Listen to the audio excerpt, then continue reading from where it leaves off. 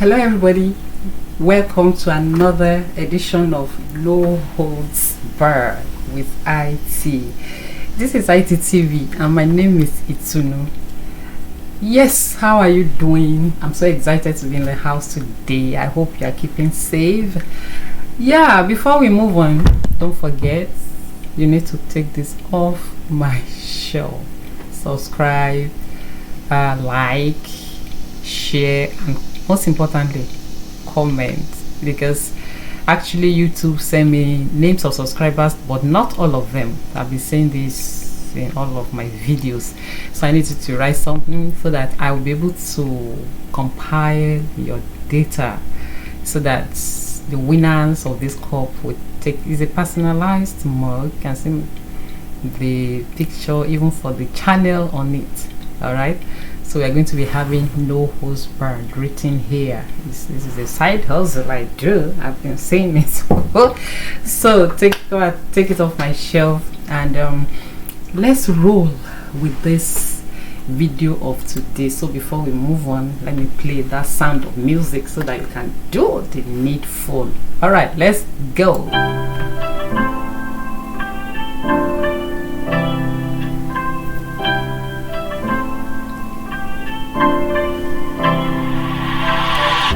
All right, welcome back. So I'm giving a sign of relief because finally we've been told the problem of Nigeria. Hey, I was so happy when I saw it that okay, since we know the problem now, we can be thinking of the solution.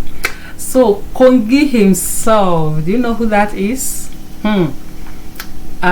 We that are literature students, I mean, we call him Kongi. Yeah, that is in the person of our own Professor. I see, am I vlogging him? Okay, Professor Wole Soyinka. Let me do this so that you can see very properly. All right. Yeah, that's him. Kongi himself. We fondly call him Kongi, those of us who are students of literature. So he has come out to say, okay, the problem with Nigeria, he has given us the diagnosis. Okay, let me tell you, in case you don't know what Kongi is. Kongi harvest, actually it's Kongi harvest, is it was a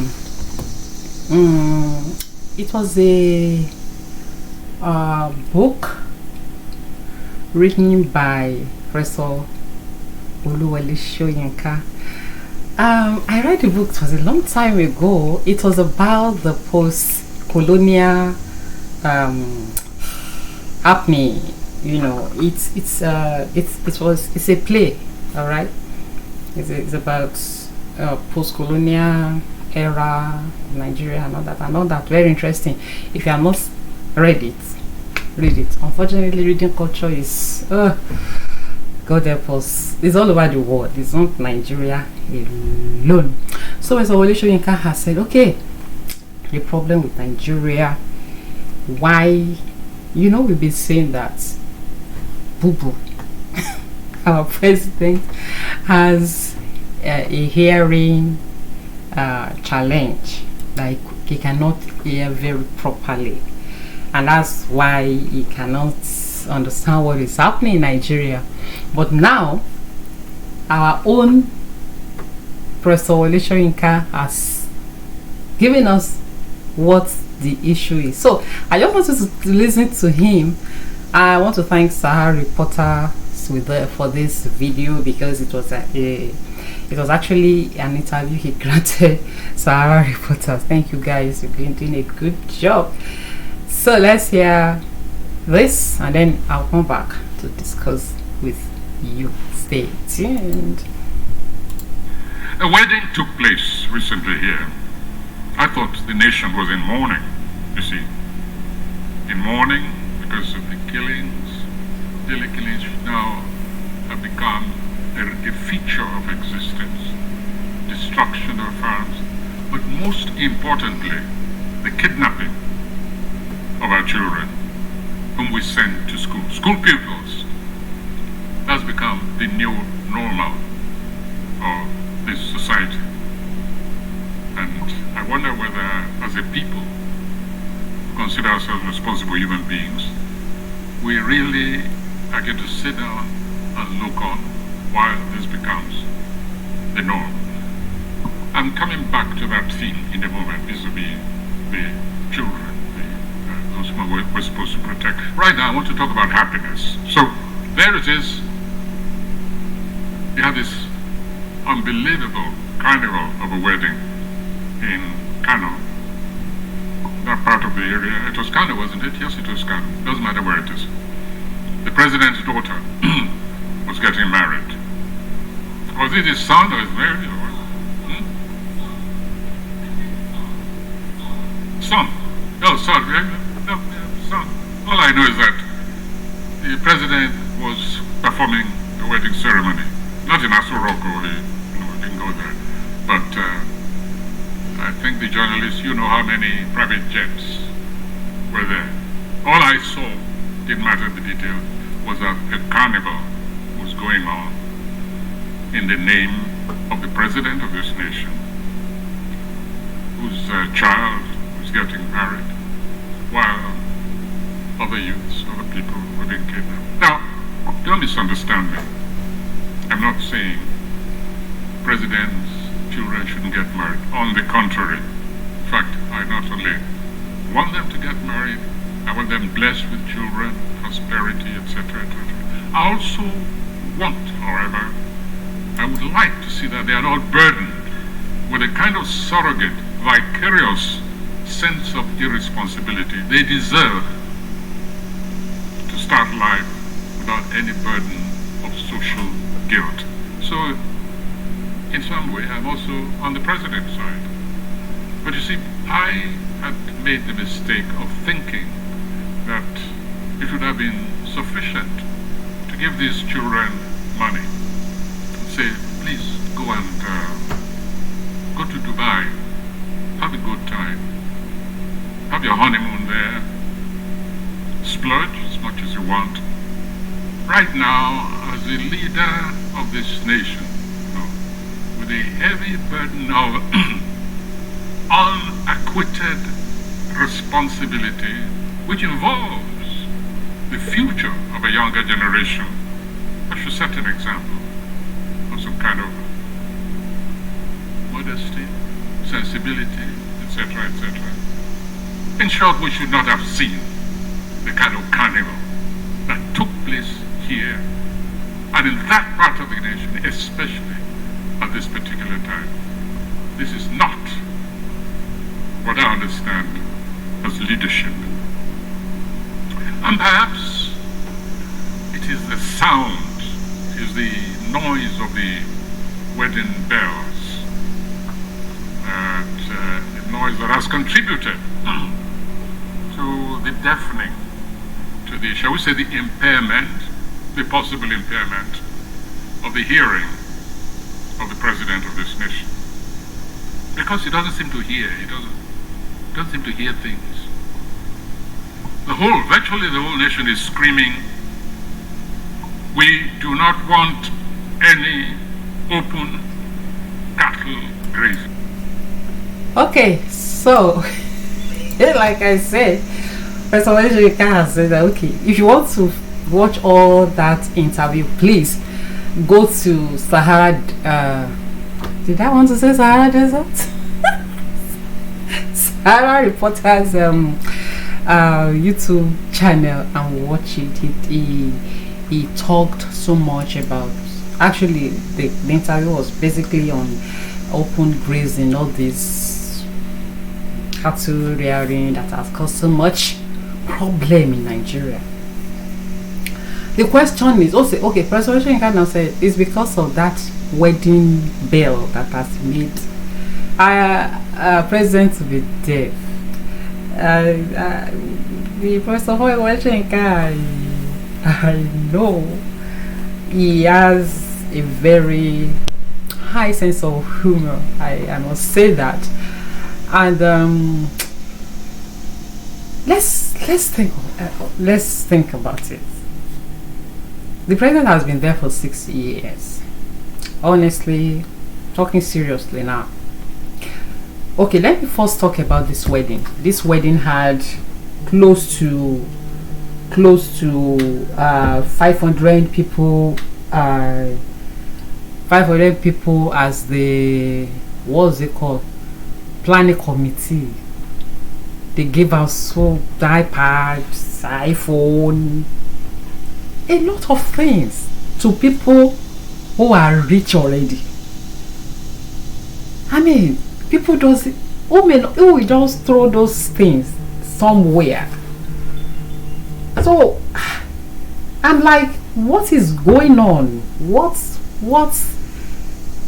in a country where youths are helplessly unemployed, and you will tell them that they are lazy? You will basically, Buhari has said before that Nigerian youth are lazy, and I'm like, how did you give them a job to do and they didn't do it? I know, and universities, polytechnics are turning out thousands of graduates every day, and then you will tell me, create job for yourself. Okay, if I graduate and I want to create job for myself, and I say, okay, let me go and learn barbing, for instance, or hairdressing, so that I can create job for myself. And I went ahead and did that, which I know a lot of people have done, a lot of graduates have done, which is good. And then I don't have light to work. Nigerians, I was telling someone on the phone speaking with someone on the phone yesterday, I said Nigerians has become local governments to themselves. You provide your light, you provide your water, you provide your security, everything, and then you will pay tax. Especially government workers that do pay as you earn. They don't have a choice. It is their taxes are deducted from the source. So I now learn the trade now, barbing or hairdressing or whatever, and I don't have light to do it. What do I do? The ease of doing business in Nigeria, I don't even know. Before, when I was still on business beats with the Guardian newspaper, it was some 3%. I don't know now. Maybe it's minus 3%. I don't know. The ease of doing business. So, what do you want them to do, really? Those of us in diaspora feel the needs of the people back home. We interact with them every day. We see them. We see a young chap who has masters and everything is just there. Even God, our creator, when he wanted to begin the work of creation, he said, let there be light. That was the first thing. Because God himself understands that he cannot function in darkness. So what did he do? He created light first, so that all of that thing can fall into place. It's so unfortunate. Please, I want you to let me know in your comment section. Is it the jingling of the wedding bell that have deafened Mr. President? Is it what is it exactly?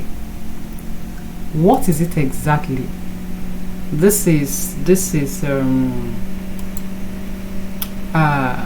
a thing that we have been talking about all the time, and it's so unfortunate that nobody is listening. Now, I want to show you some pictures.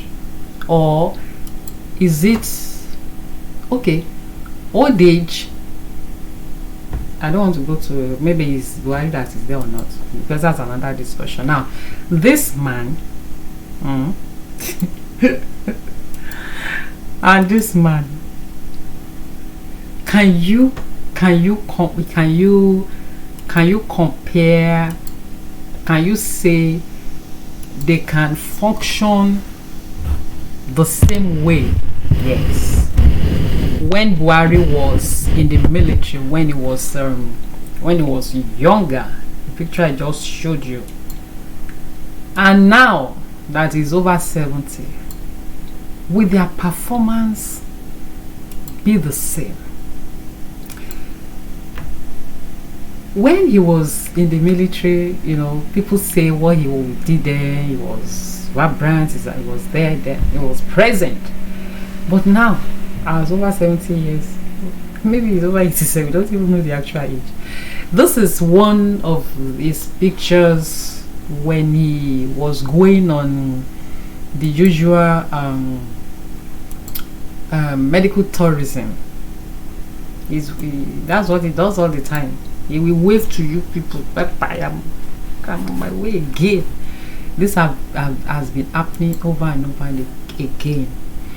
His daughter that got married sometimes went to deliver in Dubai. I don't know. How many Dubai people come to Nigeria to deliver? He's telling I'm going again in this picture. So what are we saying? What is the way forward? What is the way forward? Because I said it in a video I did some times back, in which I discussed Nigeria being Islamic in the constitution. As far as I'm concerned, Nigeria is sitting on the gunpowder, and if it should explode, there will be problem. But before it does, what is the way forward? Please, I want you to write your comment in the comment section below. Let's brainstorm, because I don't even know. It's so confusing. It's so frustrating. Let me know in your comment section which way Nigeria, which way Nigeria, which way to go. You know that song? I love my fatherland. I want to know which way Nigeria is heading to. It wasn't even as bad as like this when Sonny Okosu, God rest his soul, sang that song. So which way Nigeria? Let's rub minds in the. Is it true that is what Professor Soyinka Kongi himself, what he said, is it true that it's because of the jiggling of the wedding bed that has deafened our president? What is the way forward? So until I come your way again very soon, it might even be before the end of this day, comment, share, like, subscribe. I want to begin to collect your data. When we are 100 subscribers, I'm going to shoot you this mugs in their thanks. Alright, until I come your way again very soon. Okay, I love you. Take care of yourself. Be safe, and don't allow any jiggling of the bell deafen your ear. I'm just kidding. It's a present that has happened to. I love you. Bye bye. Thank you.